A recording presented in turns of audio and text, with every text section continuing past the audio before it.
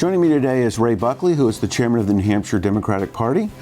Ray, I'm interested sort of in so we were talking about data in the last segment, about sort of the use of data, how that's you said it's transforming the way you communicate with people, but how outside groups are using data, and also sort of the data is a tip of the iceberg, how the modes of communicating are so fundamentally different, I would think, today, and it will be different 2 years from now, and certainly in the next presidential cycle. I'm glad that we have about 2 hours. Yeah, yeah. So the next 4 seconds. So I mean, when you think about that, what are the issues? The data stuff first. I think the downfall of Hillary's campaign was that we're entirely too data driven.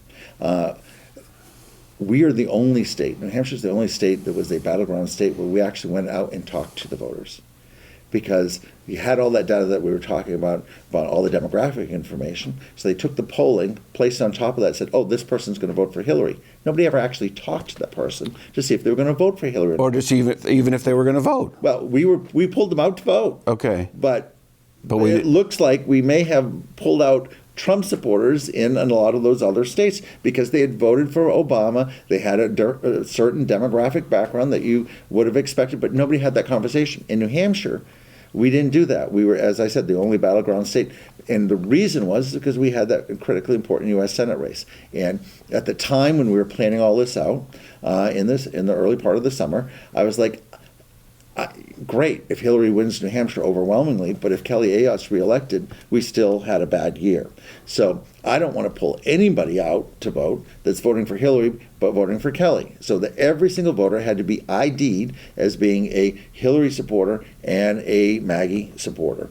And that was critically important for us, and I think that's what made the difference and why we were successful in the U.S. Senate race, and I think in the presidential race too, because we actually ID'd them to make sure they actually were Hillary supporters and not people that had flipped to vote for Trump. And so in the parlance, that's people actually boots on the ground talking to people. Exactly. We had 150 paid organizers. Now, these aren't people that actually knock on the door. These are people that organize people in their communities to actually knock on the door. So you're having neighbors talking to neighbors. And is the Republican Party, and you're not an expert there, but are they doing this sort of the same thing? No. They are the Koch brothers, who are billionaires, have this widespread net of multiple different organizations that they fund and underwrite. In New Hampshire, they have 3 offices open up, one in Nashville, one in Dover, one in Manchester. The Republican State Party has 1 office with a staff of, I believe, 4. There's 12 permanent staffers for the Koch brothers organization. In one of the ones they fund others that are based here in New Hampshire. So the footprint, my competition is not the New Hampshire Republican Party, it's really the Koch brothers. And the footprint of the Koch brothers in New Hampshire is significantly much larger than the Republican Party. So does that say something about the role of parties in general going forward? Because if that could happen in the Republican Party, it could happen in the Democratic Party. It could. It's certainly possible that it could. I think that we are a little stronger at pushing back at that, and that we try to integrate folks so that we still remain a viable and strong entity at the table. And that's not something that's been successful over the last few years here in New Hampshire. Anyways, in other states it may be different. So it is important that that as we're in this new Citizens United era, and until the Supreme Court knocks down the deadly influence of corporate dollars and the billionaires, they're able to just kind of move in on both sides and swamp states, swamp local candidates, swamp local organizations. I think it's important that we continue to have a grassroots operation that still does it the old-fashioned way.